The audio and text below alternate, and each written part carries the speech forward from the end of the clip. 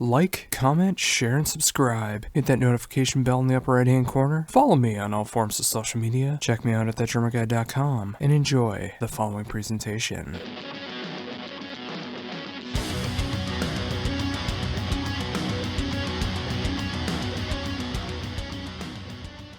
Hello? Hi, how's it going? Hello. Hi, Josh, how are you? I'm doing great. How are you doing? I'm fine. A little bit tired, but I don't get much sleep. We have a soon 2-year-old kid at home and doing a lot of interviews and stuff, but I'm happy. I'm fine. Just a little bit tired, but happy. Oh, completely understandable. Yeah, and you know it's amazing with everything that you got going on right now. Of course, with family and the amazing news with Candlemass as well too. But Yeah, you also have amazing. a new album with Avatarium that just came out this past Friday. Yes, really. We're really happy about the album, and the response has been.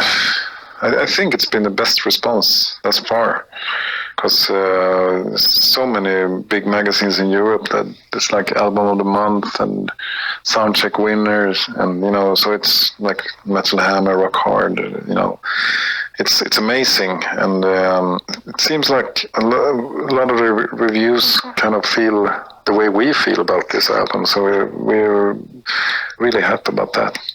Yeah, and I'm completely in agreement with that. So I think this is the best Avatarium album to date. I love the diversity that's going on there. It feels like the heavy moments are just even heavier, yet it goes into so many different territories that are that just fit together so well on this album as well too. I mean, whether it starts off heavy, whether it closes out just this great somber way. I mean, there's so many great aspects to this album. I'm happy. Yeah, I'm happy you feel like that, and I think that's to be able to write and perform music that can be that dynamic.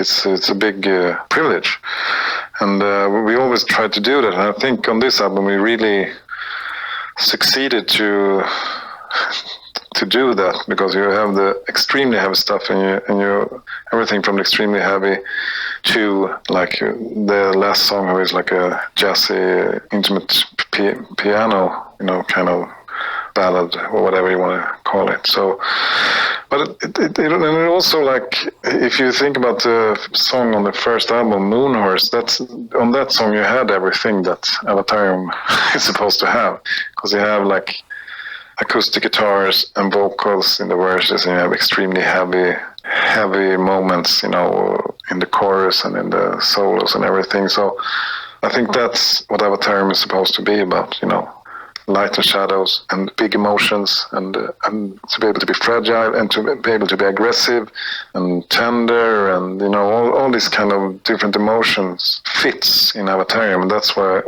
makes it so interesting to work with, and hopefully to listen to as well. Oh, I completely agree with that. And, that's a great example when it comes to voices. I mean, the reason I just sound so heavy on this album is because there is so much diversity and different sounds that are going on throughout the album. And when you get to the point where you get to the end of the album with Stars They Move, it's just like you feel like you've been through this musical journey, because it does go into so many different territories that fit together so very well. And then when you start it back over with voices, you just see how heavy everything was in comparison. Mm-hmm. Well, that's cool. And we always, for us, the art form is to make the album a journey, and to make it interesting to listen from the first song to the last song. But then you also need every individual song to stand for themselves. So that's kind of the challenge. And but I'm happy to say that, because then I think we succeeded with the album movement of the song, so to speak. Oh, absolutely. And I'm glad to see that there are so many people, especially in Europe, that are loving the album as much as I am too, and just like getting the bigger recognition for this, because Avatarium absolutely deserves that, and it's such a great album to be able to see that too. And when the time comes to start working on the next Avatarium album, it's going to be great to have that feeling of knowing how good this album has turned out for reception wise, and then just going in there and just having a little more confidence in knowing what you want to go and do into the next album. That's really true, because songs this time, of course, it's like we've been thinking like we really hope people will like this as much as we do, and you never know. We have written some songs before for Avatarium, and people seem to like them, but you never know.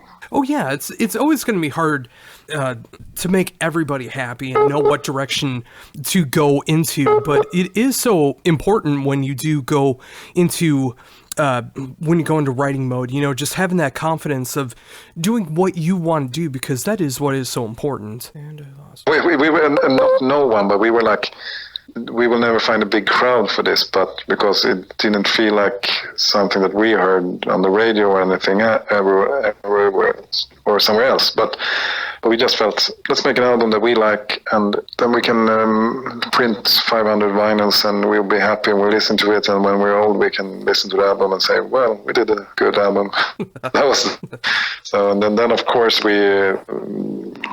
things change. Oh, of course. And, it's like I love seeing what is going on in the Avatarium discography so far. I mean, no matter how heavy it gets, no matter how somber it gets, no matter the kind of ballads that are going on there, I mean, it just has a little bit of everything that's going on, and it just fits together so well with that. And that's why I do appreciate what's going on with this album so much, is because it does have all of that into one album, rather than just like kind of touching on it in the past. It really goes full forward on this one. That, I think also one thing might be, we've been a part of the writing process from the start on many of the songs. We could kind of choose the vibe and of the songs already from the start, and I always, I love the old blues singers like Jimmy Reed and Muddy Waters and this kind of guys, and some old like darker gospelish kind of stuff, and to be able to bring that in from the start, we always did it, but to be able to bring that from the start in the songwriting process has been both challenging and very interesting, and to make them Avatarium songs, but with a little bit of that vibe, from the old masters, so to speak. Which is, if you think like, since we're into doom metal is a style that they call what we play, and if you think like doom band like Black Sabbath, that are the masters of doom, and the bands and artists they were influenced by, that's kind of the same artists that I listen to, like the old jazz players. I listened to this Bill Ward, the podcast the other day, when it talks about the old big bands and, Jimmy Krupa and all the old jazz players. And I'm like, that's what I listen to, and the old blues players and the old rock and roll, early rock and roll bands and all this kind of stuff. Bebop, jazz, Miles Davis, or whatever.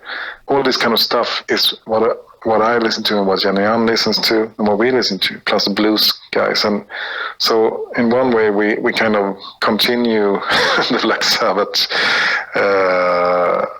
tradition, but in our own way and from another angle maybe. Oh yeah, and having that great inspiration from the past, I mean, there's something to be said that, with a lot of more doom metal musicians and bands being inspired by that time, I think a lot of that could come down to production as well too, especially when you look at it from 2019. I mean, there's a lot of production back then. It kind of has like this haunted vibe behind it, where it does, no matter what the song is about, it kind of feels like it has like this hopelessness and dread behind it, just because it has like this eerie vibe behind it in the production. And I can see how someone's inspired about that, let alone the music that's actually being made. Mm-hmm.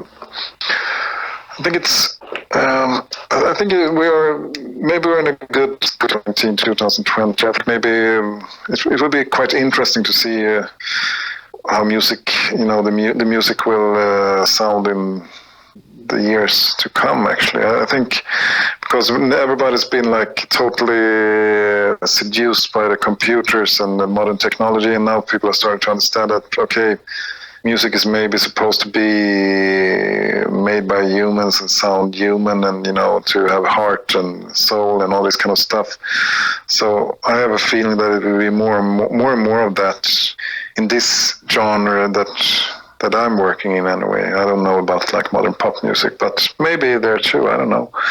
But I think it's a quite interesting times, actually, I would say. Yeah, and I've noticed that as well too, where it feels like production and songwriting and things like that always goes in cycles. Where like in the late 70s and 80s, it was so great to be able to have electronic drums for the first time because it was so much easier than getting the right drum sound. So everyone was kind of inspired by that, and then that wasn't cool anymore, and it got the real drums. And then after a while, everybody was like, maybe this sounds like shit,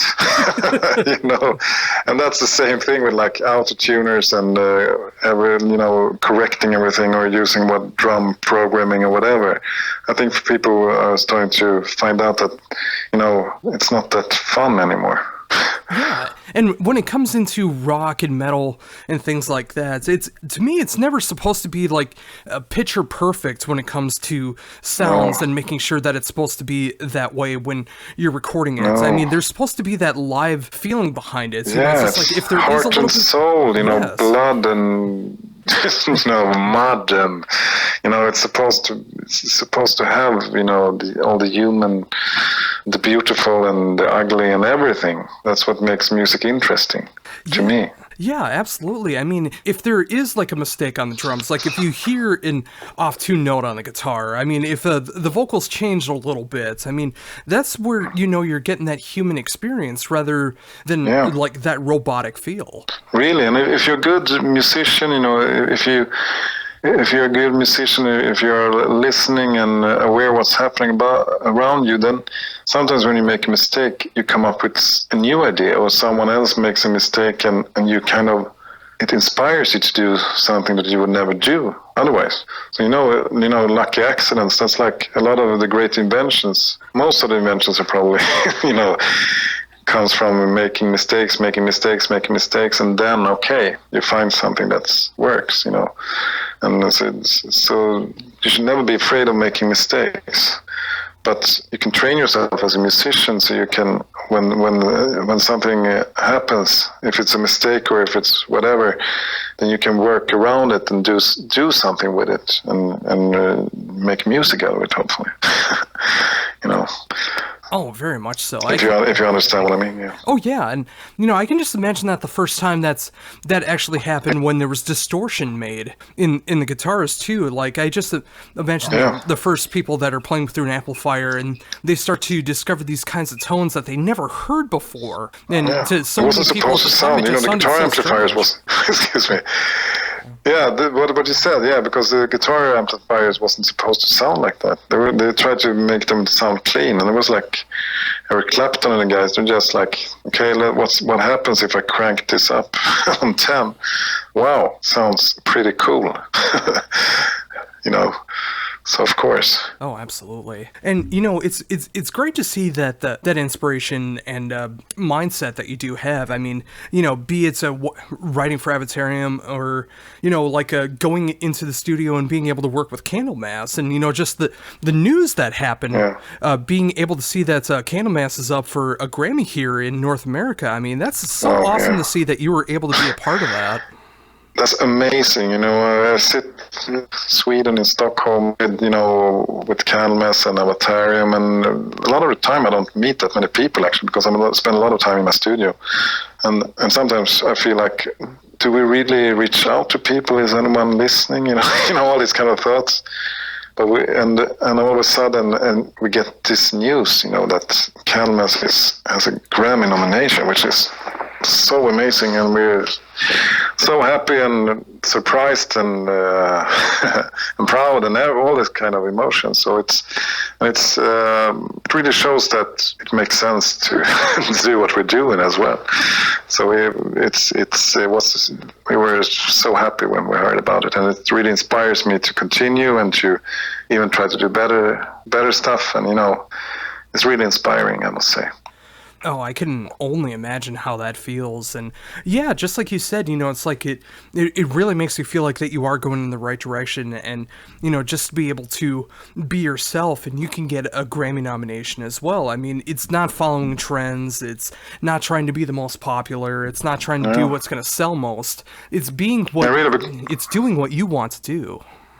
Yeah, really. And that's because that's what we've been doing all the time. And as I said, sometimes I talked to Leif like a week ago or something, and I said like, sometimes I feel like you and me are the only ones that likes real sounds and organic sounds and all this kind of stuff, because we're surrounded by so many people and you see so many like computerized stuff, and sometimes you just feel like, are we the only ones that like this? But of course that's not the case, but when you get this kind of recognition, it's like, wow, okay, we're not alone here.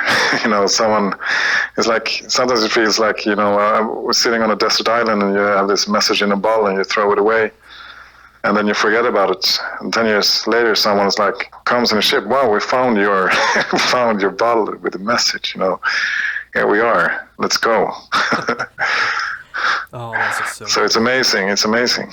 Yeah. And, it's great to see all of that happening, this year too. I mean, of course, having a family, but, just like, being able to work on Avatarium, being able to work with Candlemass, all of the other work that you get to do in your studio, it's just like, it's so inspiring to see that you can do all of that, have a family, and to be able to progress in life that way. Yeah, it's amazing. It's, I feel very happy about that, and I really try to make it possible to do that. Of course, it's a lot of work and all these kind of stuff, but it's having a music career and to make it work together. That's when it works. It's it's a gift, of course.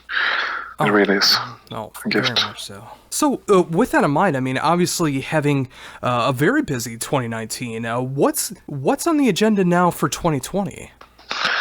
I think we will do some touring with Avatarium for start. I'm also working some work, of course, but Avatarium will play some shows in Sweden in January, and we will probably play in Europe a little bit in the spring, and then maybe do a tour beginning of fall, and some festivals in Europe and this kind of stuff.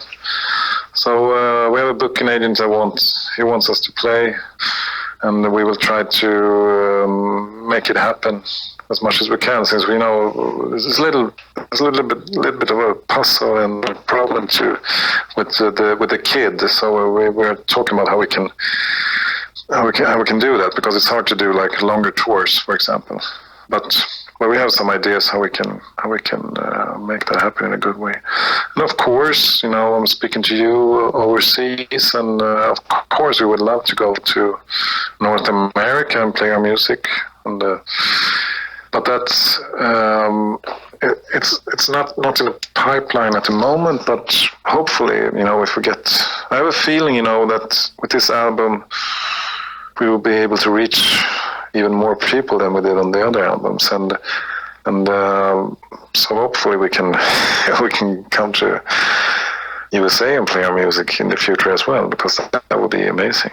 Oh yeah, and I would absolutely love to be able to see Avatarium live, but even until that day happens, I'm just so happy to see that touring is being talked about right now to make all of that happen, all the preparation, being in the band, having a family, all of those things. I'm glad all of that's being considered to actually get some live promotion behind this album, because it is an album that I just feel would work even better in the live setting, like being able to hear these songs live and just have that power, and then being able to play songs from the past as well too. I just think it would make for an incredible night every time, just being able to hear those songs. Yeah, we started to rehearse like 1 or 2 weeks ago, and it already directly felt like the new songs really works very good, when we play them in the rehearsal studio together. So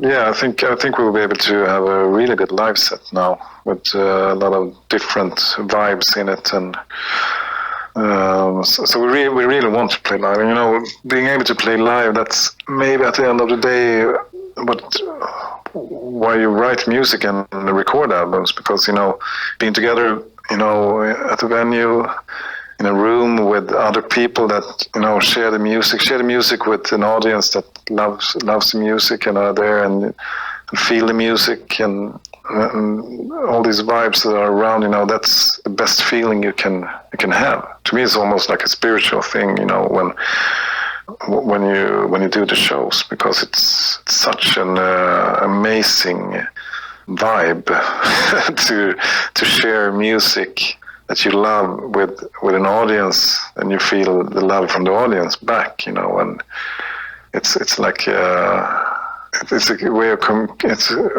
communicate that's almost spiritual, I would say.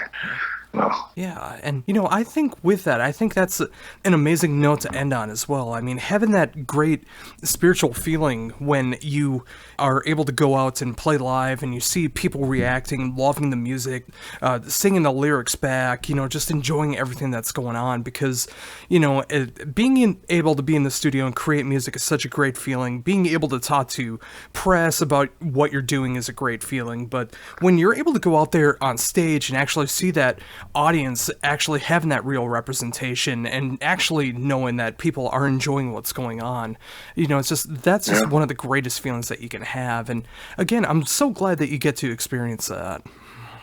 Yeah, it's, you know, music is about communication. Music is about expressing emotions, but it's also about receiving other people's emotions. You know, good musicians, I think, they are quite receptive and are able to, you know, feel other people's emotions and stuff. And that's what a great band does, you know, because you listen and you do something and someone responds on that, and that's the same thing from the band to the audience and the audience to the band back.